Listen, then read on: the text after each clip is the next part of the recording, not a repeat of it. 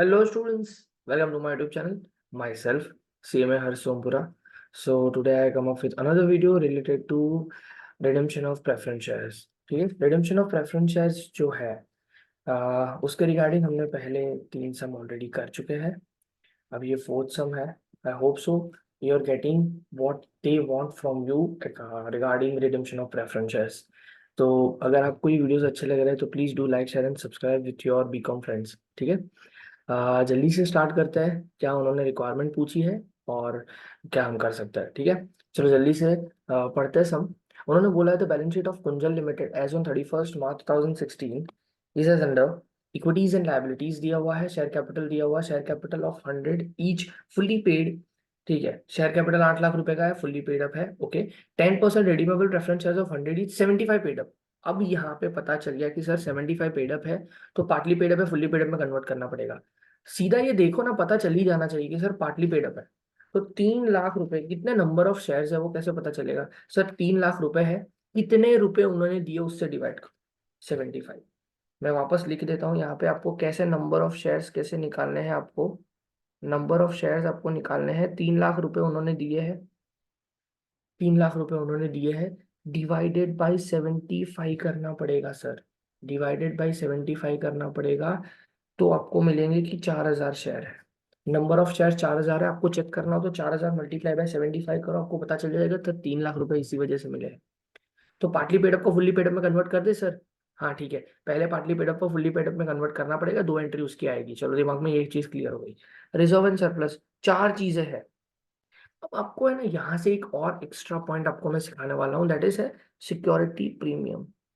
देखो security premium जो है ना, सिक्योरिटी प्रीमियम हमेशा हमेशा सिक्योरिटी प्रीमियम प्रीमियम को सेट ऑफ करने के लिए ही यूज होता है. It can only be used, it can only be used to write off security premium, that is redemption premium. Capital को राइट ऑफ करने के लिए कभी भी सिक्योरिटी प्रीमियम का यूज कभी भी मत करो. Okay, this is again an important thing, ये याद रख लेना. चलो ठीक है, अब यहाँ पे आता है डिविडेंड. तो हमें कैपिटल का रिडेम्पशन करने के लिए जो फ्री रिजर्व्स अगेन है 1, 2 और 3, मतलब general reserve, profit and loss account and dividend equalisation fund, ये भी आप कर सकते हो. फ्री रिजर्व्स ही है. सिक्योरिटी प्रीमियम जो है वो कैपिटल प्रॉफिट माना जाता है, इसी वजह से वो कैपिटल को सिक्योरिटी प्रीमियम के सामने जब सेट ऑफ करना होता है, रिडेम्पशन प्रीमियम के सामने सेट ऑफ करना होता है, तो सिक्योरिटी प्रीमियम आप यूज करोगे. लेकिन सिक्योरिटी प्रीमियम का यूज आप कैपिटल को राइट ऑफ करने के लिए नहीं करोगे. ठीक है, इसी वजह से मैं अलग करवा देता हूँ दोनों चीज को. ठीक है, चलो कोई नहीं. करंट लायबिलिटी है, ठीक है, एसेट्स दिया हुआ है. चलो अब क्या बोला है उन्होंने. The company decided to redeem 10% redeemable preference shares at 10% premium, 10% premium after complying with the provision date down under section 55. मतलब ये जो प्रोविजन के रिगार्डिंग रूल्स जो मैं बता रहा हूँ वही है. For the purpose of necessary number of equity shares are issued. Necessary number of equity share necessary आपको इश्यू करना है. ठीक है सर, यही तो एक पॉइंट था जो हमें सीखना है आज. ओके कोई नहीं. Thereafter, company issued fully paid bonus shares at a premium of 10% to equity shareholders in the ratio of 1 equity shares to the holders of 5 equity shares from capital redemption reserve. Capital redemption reserve में से उन्होंने बोल दिया है कि 5 के सामने 1 equity shares देना है. Bonus shares at a premium of 10% to equity share holder in the ratio of 1 equity shares to holders of 5. 5 के सामने 1 इक्विटी शेयर, वो भी 10% का बोनस के साथ. ये तो लास्ट की एंट्री है, ये बोनस की एंट्री है. पहले हम रिडेम्पशन तो कर दे, पहले हम रिडेम्पशन तो कर दे. फिर उन्होंने बोला है तो जर्नल एंट्री राइट डाउन करो and please prepare new balance sheet in the books of the company. Okay, पहले जर्नल एंट्री करता है. जर्नल एंट्री में सबसे पहले पार्टली पेड अप को फुल्ली पेड अप में कन्वर्ट करना पड़ता है. पार्टली पेड अप को फुल्ली पेड अप में कन्वर्ट करने के लिए एंट्री क्या होती है. 10% redeemable preference shares final call, 10% redeemable preference shares final call को कॉल, फाइनल कॉल करेंगे. Final call account debit to 10% redeemable preference share capital account. ठीक है, कितना आएगा सर. 4,000 शेयर थे, उसके ऊपर 25 रुपए आएंगे. 4,000 शेयर के ऊपर 75 रुपए थे, 100 रुपए का एक शेयर था, तो 25 रुपए लेने हैं मुझे. दैट इज 1 लाख रुपए और मुझे लेना बाकी है. ठीक है, चलो 1 लाख रुपए लिख दिए. ये मैंने सारी चीज बताई हुई है. पार्टली पेड अप को फुल्ली पेड अप में कन्वर्ट है फर्स्ट एंट्री. सेकेंड एंट्री क्या होगी, bank account debit to 10% redeemable preference share final call account, that is 1 lakh रुपए। ओके सर, चलो 1 लाख रुपए हो गए। अभी कोई एसेट सेल की है सर? एसेट सेल करने की कोई बात उन्होंने की नहीं है, तो एसेट सेल करने की एंट्री कैंसिल। एसेट सेल करने की एंट्री कैंसिल होती है, फिर हम ड्यू करते हैं अमाउंट, प्रेफरेंस शेयर्स का अमाउंट ड्यू करते हैं। तो प्रेफरेंस शेयर का अमाउंट ड्यू करते हैं रिडीम्शन करने। 10% redemption, redeemable preference, sorry redeemable preference share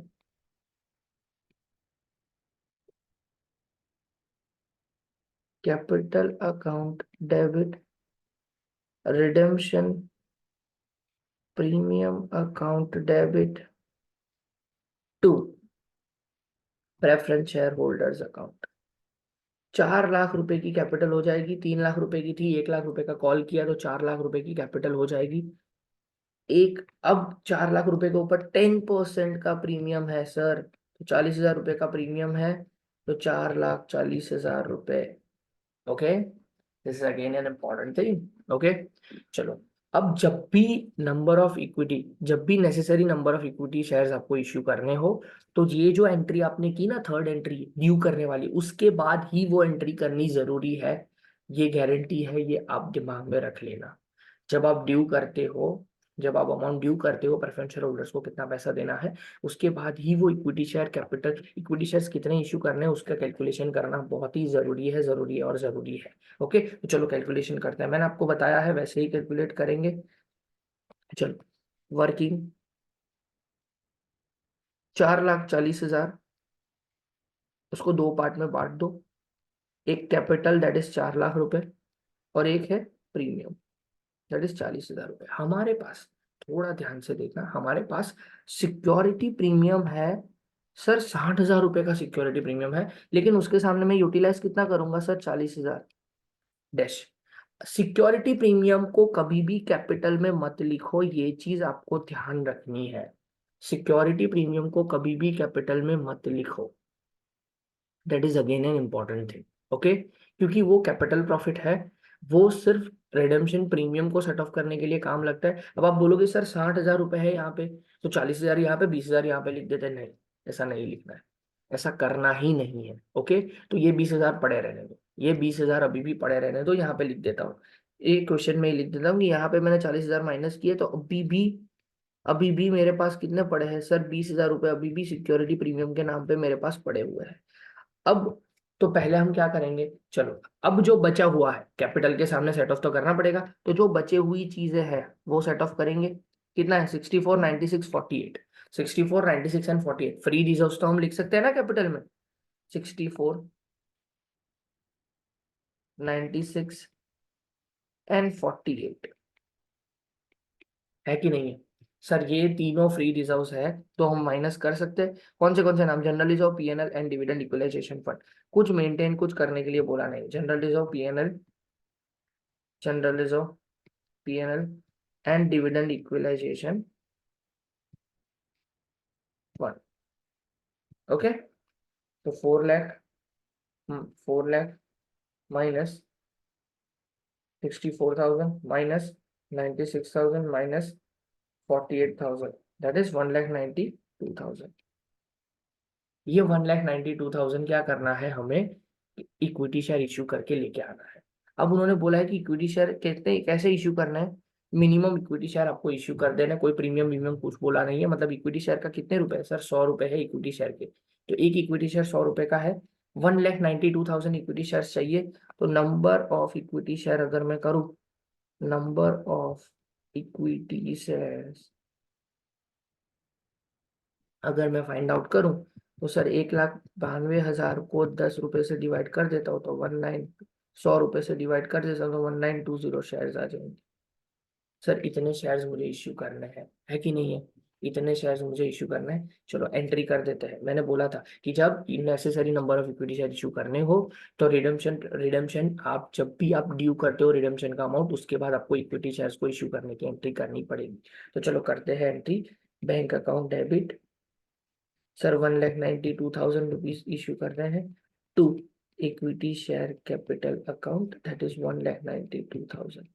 है। जैसे ही आपने इक्विटी शेयर नेसेसरी इशू किए, उसके बाद आपको सीआरआर में अकाउंट ट्रांसफर करना है। किस में ट्रांसफर करना है? सीआरआर में।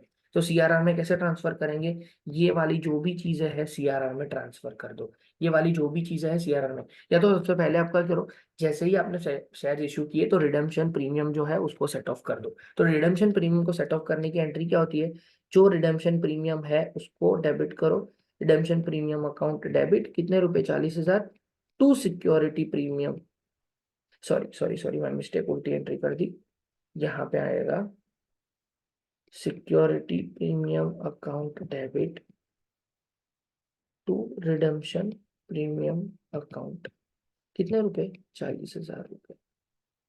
डन है। ये चीज आ जाएगी 40,000 रुपए security premium to redemption premium account, 40,000 रुपए और 40,000 रुपए। ये चीज आपको क्लियरली कर देनी है। ओके। इसके बाद आपको क्या करना है? इक्विटी शेयर को इश्यू करना है। इक्विटी शेयर, सॉरी, सीआरआर में ट्रांसफर करना है अमाउंट। कितना अमाउंट ट्रांसफर करना है? ये रहा जनरल रिजर्व। ये तीनों चीजें डेबिट कर देनी है आपको। ये तीनों चीजें आपको डेबिट कर देनी है और सीआरआर को क्रेडिट कर देना है। General reserve, PNL account and dividend equalisation fund account debit to CRR account. General reserve है 64,000 रुपीज। फिर उसके बाद है 96 एंड 48।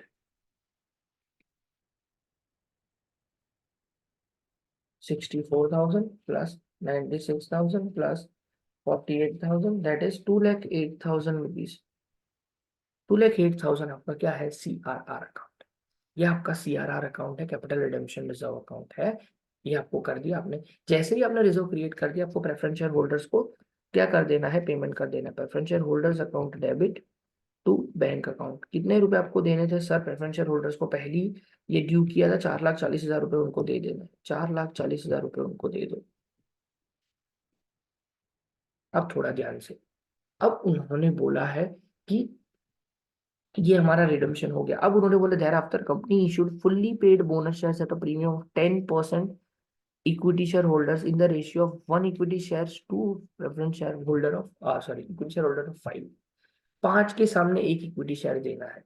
5 के सामने एक इक्विटी शेयर देना है। तो नंबर ऑफ बोनस शेयर्स कैसे पता चलेंगे? नंबर ऑफ बोनस शेयर्स, आपका रेशियो क्या है?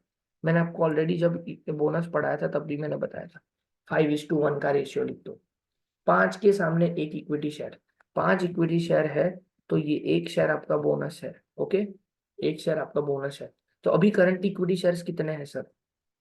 करंट इक्विटी शेयर है सर 8 लाख रुपए divide by 100। 8 lakh divide by 100, ये मत करना। 8 लाख डिवाइड बाई 100 नहीं करना है आपको। ये इक्विटी शेयर कैपिटल जो है वो भी आपको ऐड कर देना है। This is again an important thing. क्यों? क्योंकि नंबर ऑफ शेयर्स कितने हैं वो भी फाइंड आउट करना भी जरूरी है। Number of equity shares currently कितने हैं sir? Number of equity shares currently कितने हैं? नंबर ऑफ इक्विटी शेयर्स है करंटली सर 8,000 इक्विटी शेयर्स है जो बैलेंस शीट से दिए हुए थे। 8 लाख डिवाइड बाय 100, प्लस हमने इस बारी करंटली ये 1920 शेयर्स भी तो इशू किए थे। तो ये 1920 शेयर्स भी तो इशू किए, प्लस 1920, दैट इज 9920 शेयर्स है। तो 9920 शेयर्स के सामने कितना बोनस शेयर्स आपको देना पड़ेगा? That is 1984। 1984 का बोनस देना पड़ेगा सर आपको। 1984 का बोनस देना पड़ेगा आपको। 1984 का बोनस देते हैं वो भी कितने परसेंट के प्रीमियम के ऊपर सर? 10%, premium of 10%। तो 10% का प्रीमियम है, 100 रुपए का शेयर है। 10% का प्रीमियम है तो 110 रुपए का शेयर हो जाएगा। 110 रुपए का शेयर हो जाएगा इंटू 110, तो 2,18,240 रुपीज ये आपका बोनस देना है। मैंने क्या किया वापस बताता हूँ आपको, थोड़ा ध्यान से देख लेना। मुझे नंबर ऑफ इक्विटी शेयर्स मेरे पास कितने हैं वो मेरे को जानने थे। तो मैंने क्या किया, 8 लाख की कैपिटल है, ये रही 8 लाख की कैपिटल, डिवाइड बाय 100 किया तो 8,000 शेयर्स थे ऑलरेडी। फिर मैंने ये रिडेम्पशन प्रेफरेंस शेयर्स के जो भी प्रोसीजर किया उसके अंदर मैंने इक्विटी शेयर्स कुछ इश्यू किए थे, वो मैंने कंसिडर किए। तो वो इक्विटी शेयर्स कितने थे सर? वो इक्विटी शेयर्स थे 1920 शेयर्स। तो मेरे पास अभी करंटली इश्यूड शेयर कितने हैं? 9920, 9920 सॉरी 9920, हाँ। तो 9920 उन्होंने बोल दिया। तो 9920 मल्टीप्लाई बाय अगर मुझे करना है तो 5:1 में बोनस देना है। तो 5:1 में अगर मुझे बोनस देना है तो कितने नंबर ऑफ शेयर्स देने पड़ेंगे? तो 1984। यहाँ पे छोटी सी गलती हो गई, यहाँ पे ये नहीं करना था। तो 9920 हमारा शेयर्स थे, नंबर ऑफ बोनस शेयर्स थे 1984, और उसको 110 रुपये पे करना है। तो 1984 मल्टीप्लाई बाई 110, दैट इज 2,18,240। ये आपका बोनस देना है। ठीक है, बोनस दे देते हैं। बोनस की एंट्री क्या होती है सर? अब सीआरआर में से ही बोनस देना है, सीआरआर में से ही बोनस देना है। थोड़ा ध्यान से देना पड़ेगा, थोड़ा ध्यान से। सीआरआर में सर आपके पास पैसे कितने पड़े? 2,08,000। लेकिन सर सीआरआर में 2,08,000 है, लेकिन सिक्योरिटी प्रीमियम में 20,000 भी तो पड़े हैं सर। सिक्योरिटी प्रीमियम में 20,000 भी तो पड़े हैं। बोनस देने के लिए मैं दोनों चीजें यूज कर सकता हूँ, बोनस देने के लिए मैं दोनों चीजें यूज कर सकता हूँ। थोड़ा ध्यान से देखना sir. CRR account debit to bonus to shareholders, sorry, CRR account debit security premium account debit, ये 2,08,000 है। मुझे to bonus to share holders,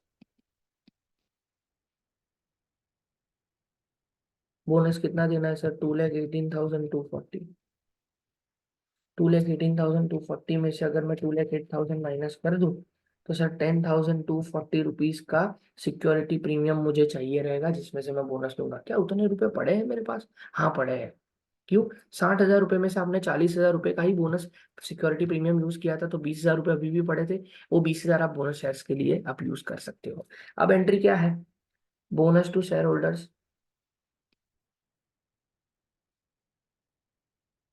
to equity share capital to security premium. Simple है कि नहीं है? अब थोड़ा देखना, कितना? 2,18,240 है सर। 1920 शेयर्स है कुछ, 1984 शेयर्स है, 1984 शेयर्स है, सॉरी 1984 शेयर्स है। मल्टीप्लाई बाय 100, तो 1,98,400 रुपीज का आपका इक्विटी शेयर कैपिटल पड़ेगा। 1984 इंटू 10 करूंगा तो 19,840 रुपीज का आपका सिक्योरिटी प्रीमियम पड़ जाएगा। Simple as that. ये चीज आपको करनी है। ओके, ये कर दिया, सारी चीजें हो गई, यही उन्होंने करने को बोला था। अब बैलेंस शीट बनाते हैं। बैलेंस शीट उन्होंने बैलेंस शीट भी बनाने को बोली है, इसी वजह से मैं बैलेंस शीट बना रहा हूँ। देख लो, write down balance sheet in the books of the company. 5 के सामने एक इक्विटी शेयर था, वो भी उन्होंने बोला है कि फ्रॉम कैपिटल रिडम्पशन, ऐसा बोल दिया उन्होंने। ठीक है, चलो कर दिया, ये सारी चीज कर दी। अब बैलेंस शीट में जाता है, तो बैलेंस शीट करते हैं। बैलेंस शीट में क्या होगा? जल्दी से बैलेंस शीट में इक्विटी शेयर कैपिटल करते हैं। Equity share capital sir 8 lakh रुपए की थी, प्लस कुछ हुआ सर इस बार इक्विटी शेयर कैपिटल 1,92,000 की बढ़ी सर, 1,92,000 के प्लस इक्विटी शेयर कैपिटल और भी कुछ बढ़ा, हाँ 1,98,400, 198,400, 198.4 के। ये तो मैं ऐसे ही लिख रहा हूँ, 8 lakh plus 1,92,000 plus 1,98,400, that is 11,90,400 rupees का आपका क्या आ जाएगा? ये आपका इक्विटी शेयर कैपिटल आ जाएगा। सिक्योरिटी प्रीमियम अब बचेगा, थोड़ा ध्यान से देखते हैं। Security premium, preference share capital तो नलीफाई हो जाएगा क्योंकि हमने रिडीम कर दिया। सिक्योरिटी प्रीमियम देखो, जनरल रिजर्व चला गया, प्रॉफिट एंड लॉस अकाउंट चला गया, डिविडेंड इक्वलाइजेशन फंड चला गया। सीआरआर का हमने यूज पूरा का पूरा कर दिया for the purpose of bonus shares. CRR का यूज हमने पूरा कर दिया for the purpose of bonus shares. बचेगा क्या sir? Security premium. Security premium था कितना सर? 60,000 था, उसमें से 40,000 ऑलरेडी हमने माइनस कर दिया था। वापस बता देता हूँ सारी चीजें। 60,000 था, 60,000 था, उसमें से 40,000 हमने पहले ही यूज कर दिया था, तो बचा हुआ 20,000 था। चलो, 20,000 में से हमने किया क्या? ये 20,000 में से हमने किया था, यहाँ पे आ जाते हैं, ये रहा 10,240 रुपए का और यूज किया था, और प्लस हुआ 19,840 रुपये है। क्रेडिट हुआ तो प्लस, डेबिट हुआ तो माइनस। तो 20,000 माइनस 10,240 प्लस 19,840, दैट इज 29,600 रुपये का आपका सिक्योरिटी प्रीमियम बचने वाला है। ओके, ठीक है। फिर लायबिलिटी और वो सारी चीज तो सेम ही रहने वाली है। ये 72,000 और ये 40,000, क्रेडिटर्स एंड फंड लिख देता हूँ। क्रेडिटर्स एंड एक फंड है वो लिख देता हूँ, नाम पूरा नहीं लिख रहा हूँ, आप अच्छे से लिख देना एग्जामिनेशन में। 72 एंड 40, 72,000 एंड 40,000, दैट्स इट। चलो अब एसेट्स में जाते हैं, ये टोटल हो जाएगा। एसेट्स में जाते हैं। एसेट्स में क्या है sir? Fixed assets and non current investment 720 और 320, 720 और 320। फिक्स्ड एसेट्स एंड इन्वेस्टमेंट 7,20,000 और 3,20,000 रुपये, ठीक है। चलो फिर आता है cash and bank. Cash and bank, cash and bank हमें थोड़ा एडजस्ट करना पड़ेगा। कैश एंड बैंक थोड़ा एडजस्ट करते हैं। कैश एंड बैंक है कितना? पहले कैश एंड बैंक हमारे पास था 2,40,000 रुपये। सर 2,40,000 रुपये था कैश एंड बैंक, उसमें से कुछ प्लस हुआ क्या पहले से देखते हैं। हाँ ये रहा, प्लस हुआ, 1,00,000 रुपये आया हमारे पास, तो प्लस 1,00,000 रुपये कर देता हूँ। फिर उसके बाद ये एंट्री में बैंक नहीं है, ये एंट्री में बैंक है, कैपिटल आया 1,92,000 पैसे आए, तो प्लस कर देता हूँ 1,92,000। चलो ठीक है। फिर उसके बाद कुछ पैसे हाँ ये पे किया हमने, 4,40,000 रुपये पे किए, तो 4,40,000 रुपये पेमेंट माइनस कर देते हैं, 4,40,000 रुपये माइनस 4,40,000 रुपये। फिर उसके बाद कुछ बैंक लिखा है सर? कहीं पे बैंक नहीं लिखा है, दैट्स इट। ये हो गया 2,40,000 plus 1,00,000 plus 1,92,000 minus 4,40,000, that is 92,000। और यहाँ पे लास्ट में लिखना है हमें अदर करंट एसेट्स 2,00,000 रुपए।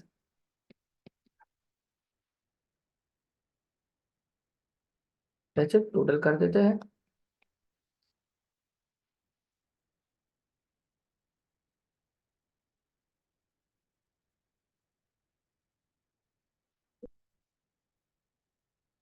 ₹13,32,000।